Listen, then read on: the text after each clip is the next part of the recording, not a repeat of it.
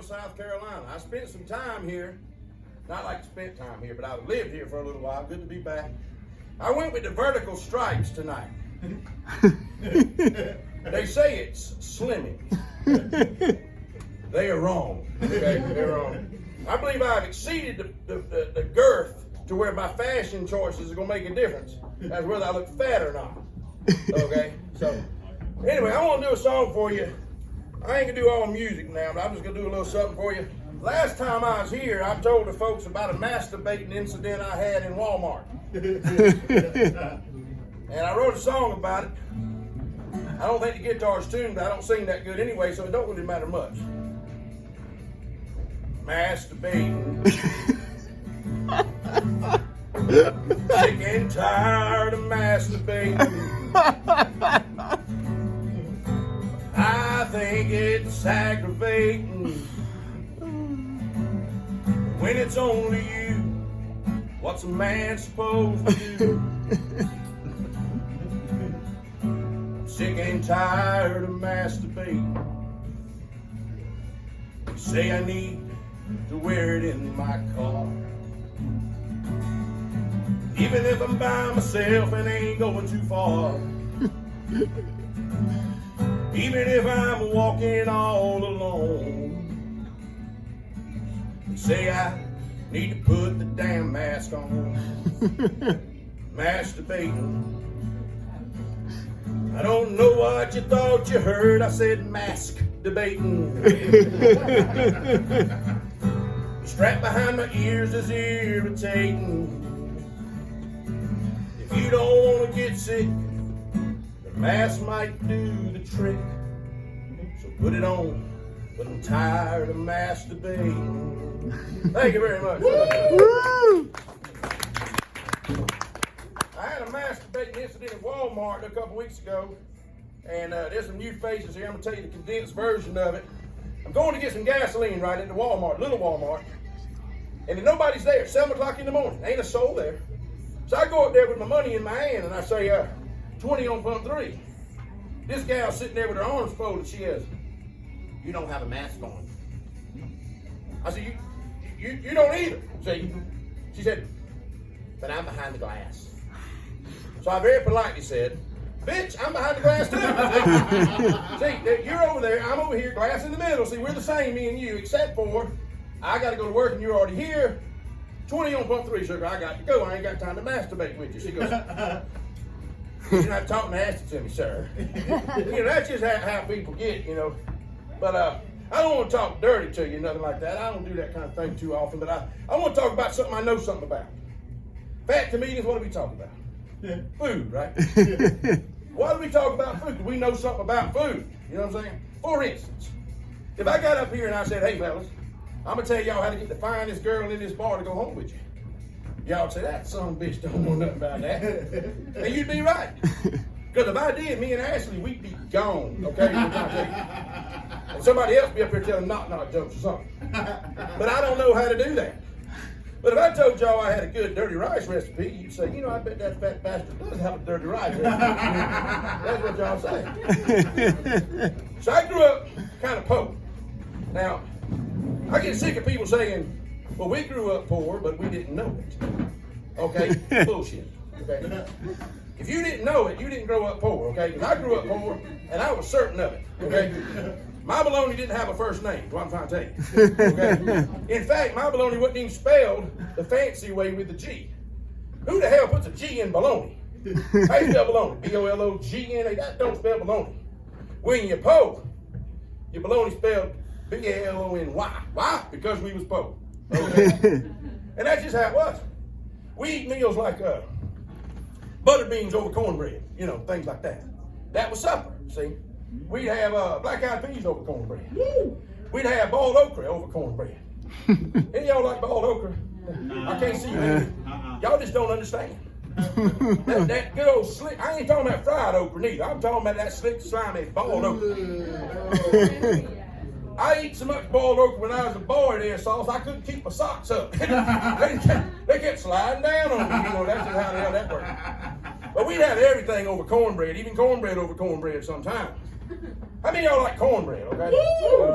Okay, good. Good. I got a story I tell every now and again about cornbread. People here, they say, tell us about the cornbread. Tell us about the cornbread. So I'm going to tell you the cornbread story. Now, where this thing starts was in Louisiana, all right? This story picks up, I just finished hunting some ducks, see? Me and Fido. Fido's my retrieving dog, okay? You spell that P-H-I-D-A-U-X, okay? That's where I come from, how you spell it. So we just finished up, and I got the ducks in the boat, and I'm out there at the landing about to get back where my truck is. And there's the game warden standing there. Now, I wasn't from there, so I didn't know him. But I know that uniform, see? I know he was the game warden. See? Sauce, you know how your people are about the police? Yeah. That's how my people are about the game warden. You know what I'm talking about? I know what y'all think. Game warden don't do that kind of stuff. Yeah, okay? All right. Well, we don't never hear about it. I'm gonna tell you why. Because when you got an issue with the game warden, there ain't a dozen people around with phones to video that damn stuff, see? And the game warden knows where to hide bodies, is what I'm trying to tell you. Okay? I know a lot of people went hunting and didn't come back, what I'm trying to tell you, okay? So the game warden's there, and I see that son of a gun. And they got stupid rules, you know. Can't fish with dynamite. What kind of dumb rule is that? I can go out there with 2 or 3 sticks of dynamite. In 20 minutes, I got a boat full of fish, and I ain't had time to get drunk or nothing. That's a win. So he's standing there, and he says, what you got in that boat, boy? I said, boy, how big are men when you come from, dude? 300 pounds. He said, be that. He looked kind of like Barney Fife, you know. He said, how many ducks you got in that boat? I said, 4.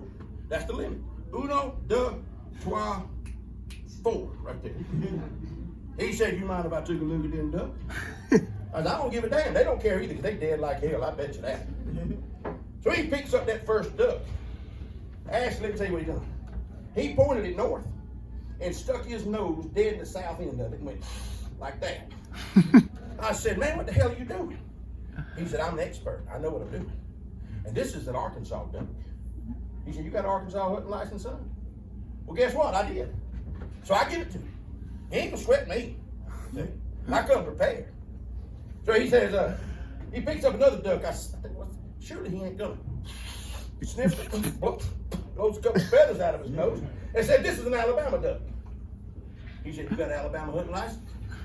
You ain't got nothing on me, boss. I showed him my Alabama hunting license, so la di does. He picks up that third duck. I say, listen, Mr. Game Warden, sir. Please tell me you ain't fixing to dishonor that duck. He said, look here, Mr. Boudreaux.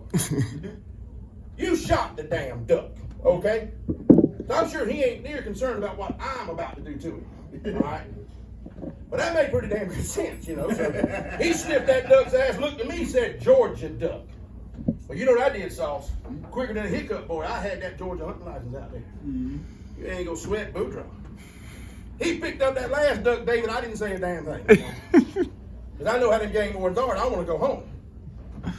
I'm just going to mind my business, let him mind that duck's business, and we go get out of here. He picks up that duck, sniffs its ass, looks at me. He thought he had me.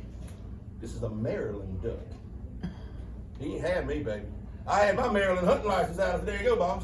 But he's going through them hunting license, looking this way, looking that way, flipping them over.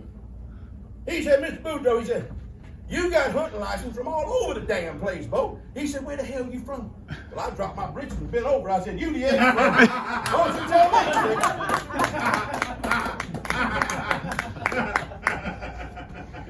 me? Anyway, the cornbread they gave me in that Louisiana jail that weekend is the best cornbread I've ever had in my damn life.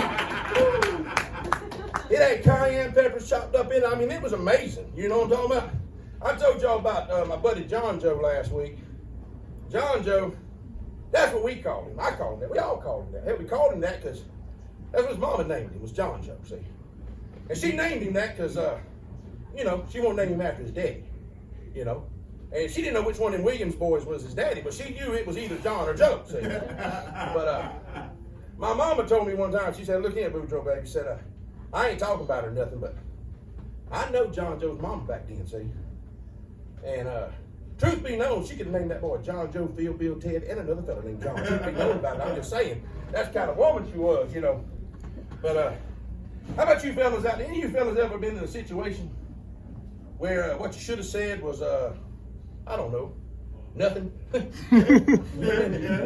Yeah. Happened to me about 3 weeks ago. The wife came in the living room. Now, when I say the wife, I'm not married, okay? But she's married, so she is a wife.